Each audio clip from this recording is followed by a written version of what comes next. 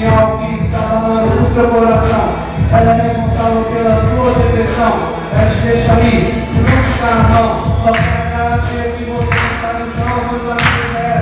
Agora é só, mais uma vontade. Você me ouviu, ela te pegou na mão. Ela você assim, abandonado. Ela continua dando tudo mais necessário. Sua mãe, pai, irmão, sua namorada.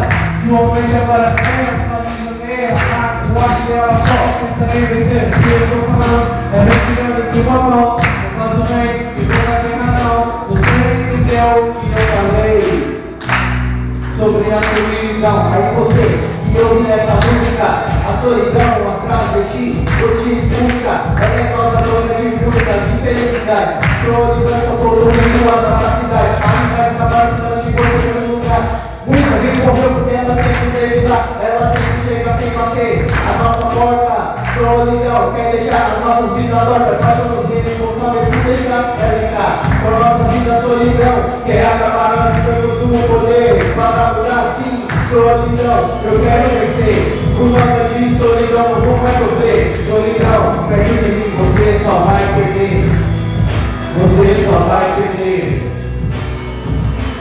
Solidão, da minha volta na rotunda. Sai pra lá, coisa do mal imunda. Eu quero ser feliz, bem acompanhado. Solidão, perto de mim, por mim, eu não sou derrotado. Fala o que quiser, solidão, vai pra sola dos meus pés. Jesus me prometeu e está comigo, veja só. Solidão, isso é meu amigo. Na rua sou um povo, na igreja sou um povo. Então, pode ser, isso mesmo, fecha a boca, moço. O cara fala mal do que nunca sentiu. Não acredita em Deus porque nunca ouviu. Eu também nunca vi, mas sinto poder em mim. De você, solidão, achou que eu era vacilão. Veja só, que o Senhor Jesus Cristo segurou na minha mão.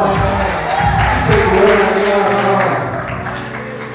Solidão, dá meia volta na rotunda. Sai pra lá, coisa do mal imunda. Eu quero ser feliz, bem acompanhado. Solidão, perto de mim, por mim, eu não sou derrotado. Solidão, dá meia volta na rotunda.